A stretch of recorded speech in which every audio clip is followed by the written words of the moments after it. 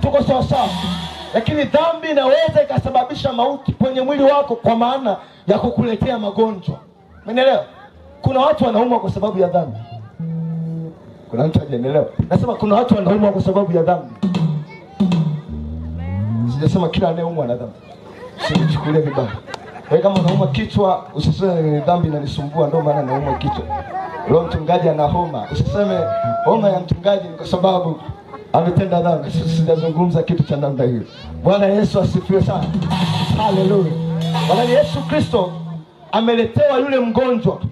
Mgonjwa yuko hoi kitandani. Alipofikia pale, Yesu akamwambia, amka, umepona. Umeelewa? Alimwambia, umesamehewa dhambi zako. Baada ya kusema umesamehewa dhambi zako, umeelewa? Yule jamaa akachomoka kwenye kitanda, akawa mzima, akaondoka. Maana yake alikuwa haumwi ugonjwa, alikuwa anaumwa dhambi. Kuna mtu anaelewa? Kilichokuwa kinamsumbua jamani nini? Ni dhambi.